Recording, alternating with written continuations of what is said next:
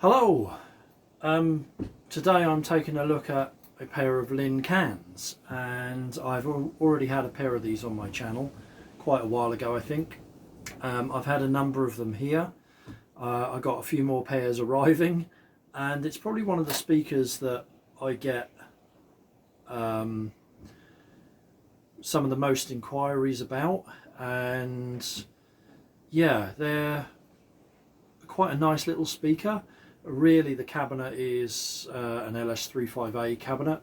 LINN did their own sort of mods to them. But this pair has arrived from a guy called Steve, who is currently auditioning a pair of my HA38s.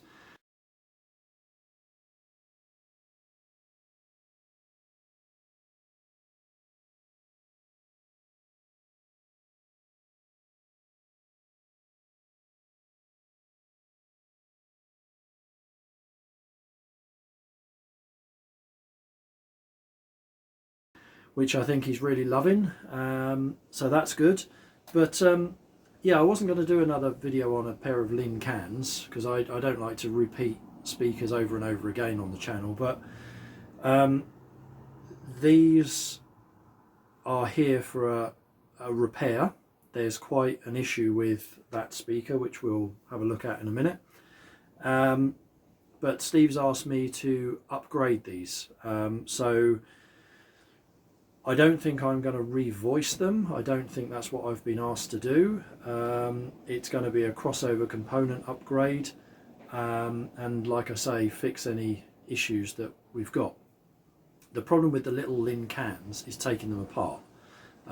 LINN kind of stuck the covers on, and not on all of the models, but some of them, they're brushed out with bitumen as well, and everything's just stuck together with it.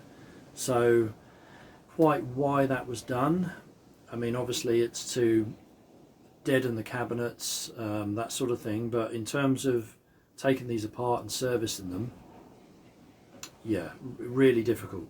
The covers, like I say, are stuck on, and it actually tells you on the back, do not remove the grills.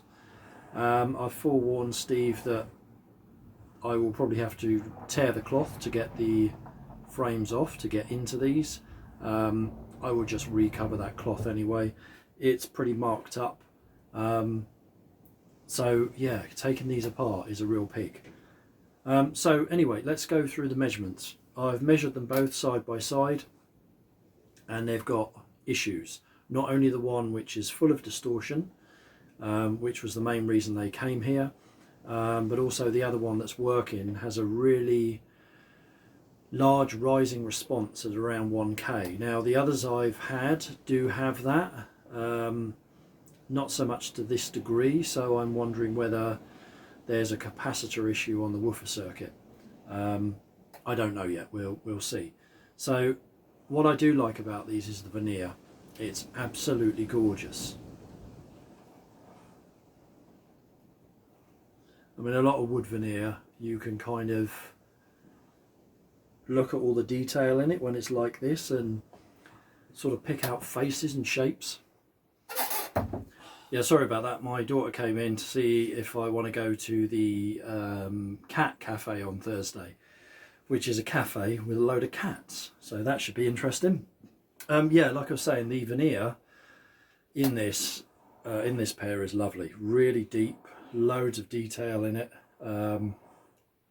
Yeah, and there's a lot of kind of faces you can see in it. So I don't know what wood it is, but it's absolutely gorgeous. Really is. Anyway, I haven't done any off-axis measurements because these are both doing something quite different, so I don't want to do that until I know they're working correctly. But I've done on-axis measurements of them both. They both have issues. Here's those measurements, and then we'll talk about them.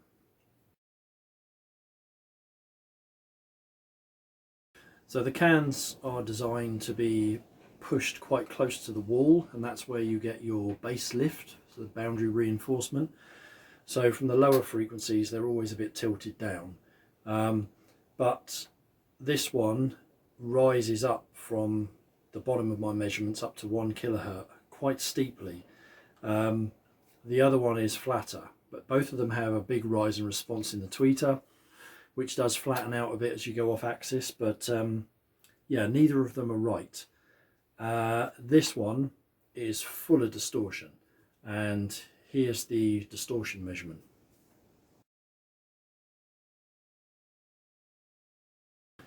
And that's really audible. So I took a quick video clip of the distortion you're hearing in this. I've got a feeling it's going to be something like a dust cap that's delaminating from the woofer. We will see, but here's that clip. So this is the speaker that's full of distortion, and I'll play it for you because it's really audible. So I'm going to start at 500 Hertz, and then I'm going to go down 1/3 of an octave each time. 500, 400, 315, 250, 200, 160, 125, and 100. Yeah, there's some woofer problems there. So yeah, first thing is to try and get into these things, and that's not going to be fun, and I do not want to damage this veneer. So let's have a look. Well, I'll give you a close-up look at this veneer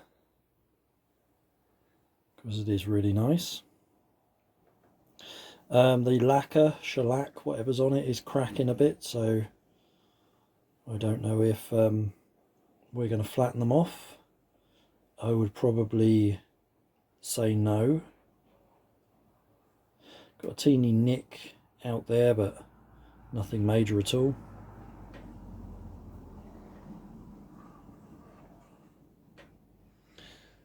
Yeah, really nice.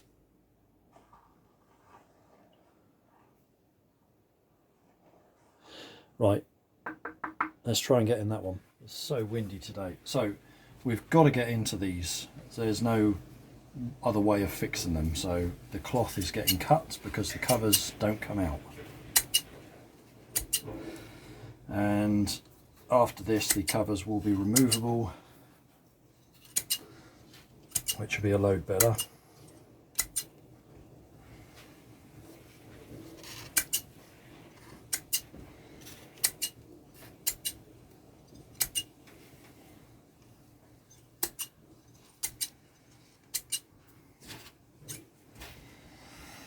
So,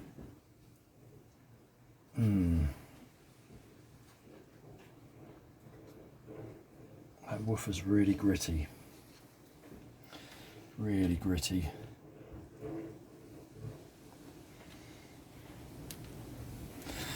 Right, let's carefully pry this up.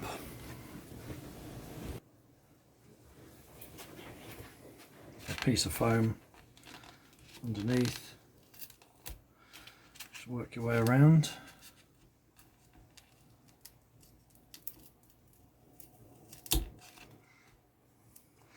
Always seems to be the corners, not the middle parts. So there you go.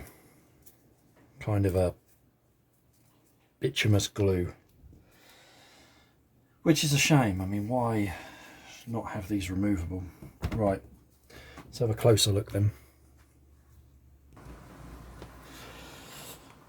So unlike the LS35A, these use, I think it's a scan speak tweeter, and the B110, Kef's B110,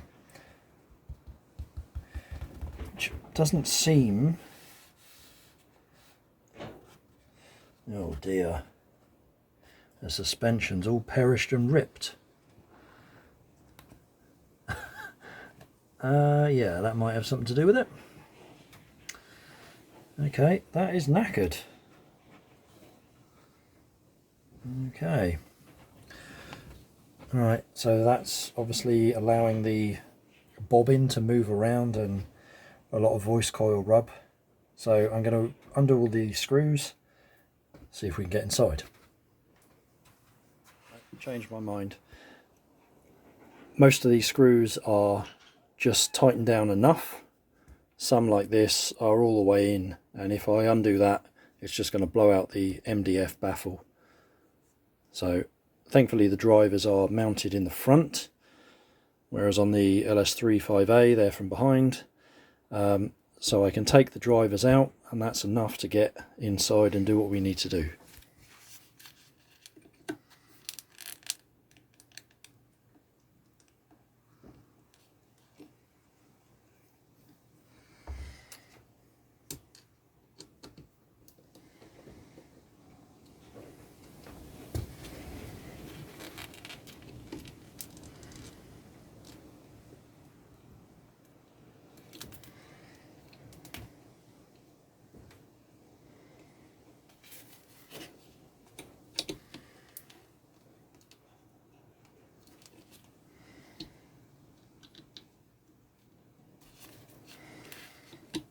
Honestly, who puts a speaker together like this?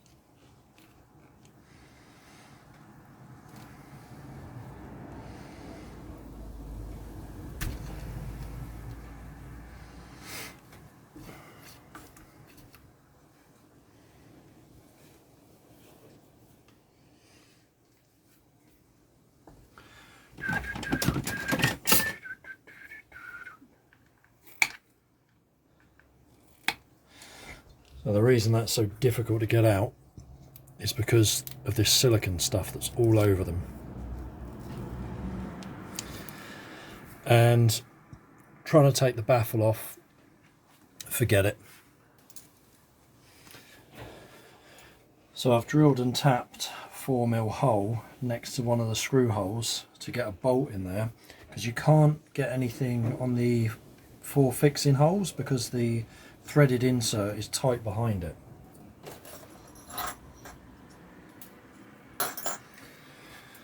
So what that allows me to do is get a 4mm bolt in there and then just lever up the woofer.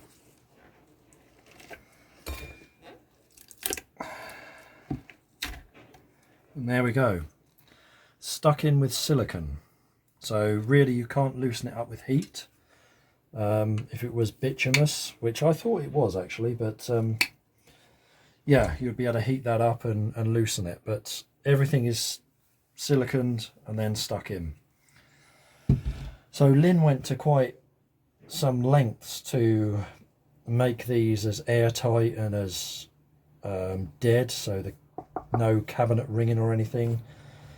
Yeah, they went to great lengths, but when you look at the crossovers, they're full of rubbish. All this effort let down by the electronics.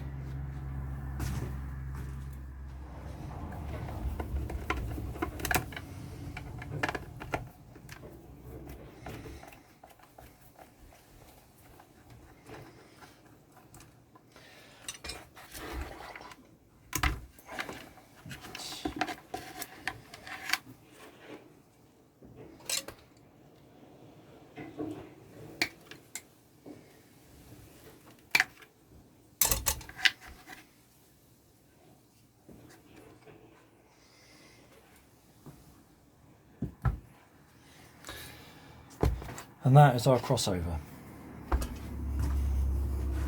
Right, I have seen different variants of these, and a lot of them do use polypropylene capacitors in the crossover. This one is all electrolytic L caps, even on the tweeter circuit. Sandcast resistors, iron core inductors. I don't understand it. You use really good KEF B110 woofers, good scan speak tweeters, you go to all that cabinet work and you fill it with that.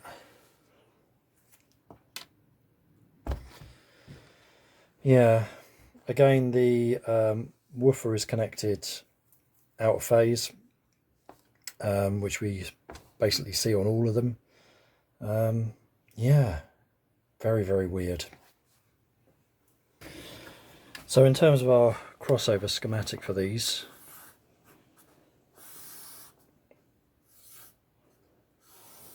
if we look at the woofer circuit, positive in through this inductor, I will measure the values of these iron core.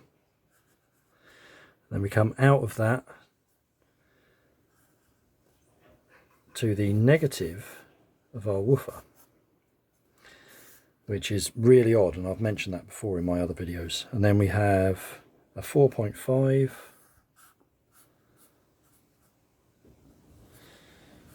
microfarad down to ground, and then we have a, I think it's a 20 from memory.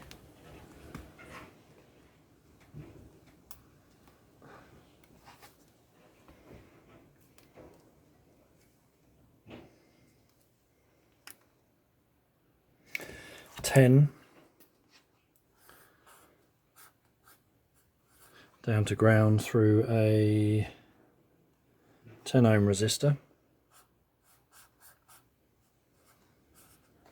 and on the tweeter circuit 4.7 microfarad into a 5 out to the positive of our tweeter.